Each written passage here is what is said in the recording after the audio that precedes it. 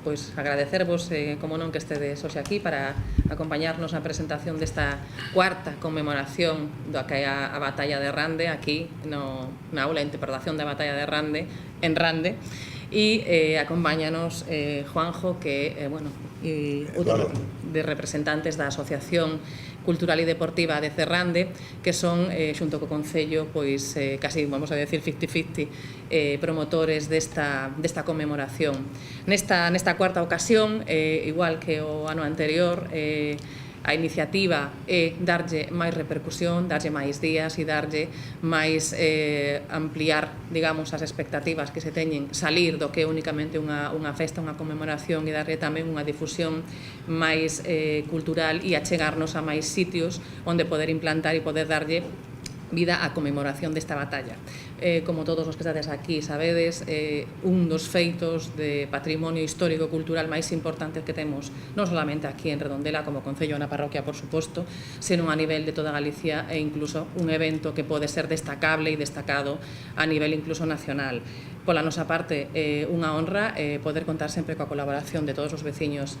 daqui desta parroquia que están traballando, desta parroquia e de algunhas outras que tamén colaboran nesta ocasión, que, logo vos contará Juan un poquinho máis polo miúdo a colaboración que imos ter tamén de outras parroquias que aportan tamén o grande área para facer cada ano máis grande, diferente, e darlle máis contidos de historia, a historia real que se viviu aquí, e que este tesouro que realmente temos agochado nas nosas costas nesta ría non se olvide, e que teña un recoñecemento que penso que todos os veciños e veciñas de Redondela deben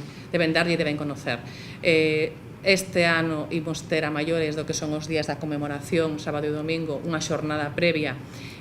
cultural histórica na que van a haber unha mesa redonda con ponentes, expertos, historiadores para falar das novidades recentes que hai en torno ao que se leva descuberto e o que se leva estudiado nos pecios e nos documentos antigos con respecto ao que sucedeu aquí no ano 1702, e xa primeiro convidarvos a todos a esta mesa redonda que vai ter lugar a partir das 7:30 da tarde este próximo xoves día 19 na Casa da Cultura en Redondela. É dicir, estamos xa en outro escenario novo tamén en Redondela para que pouco a pouco lle vayamos dando unha dimensión realmente territorial de Concello a esta conmemoración. O sábado e o domingo imos ter novidades. O venres e o sábado. Venres e sábado imos ter o que é o traballo xa do que é a propia conmemoración en unha ubicación nova este ano, e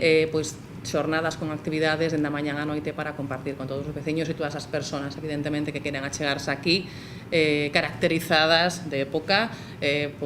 para axudar e para compartir uns días realmente que esperemos que sexan maravillosos e de recordo maravilloso para todas as persoas que aquí se acheguen a festexar, a recordar e a revivir un acto histórico tan importante como o que aquí aconteceu con tantos e tantos galeóns e buques de guerra que aquí se bateron por defender ao que viña cargado nas súas bodegas os tesouros e a prata da frota de Indias. E pola miña parte, nada máis,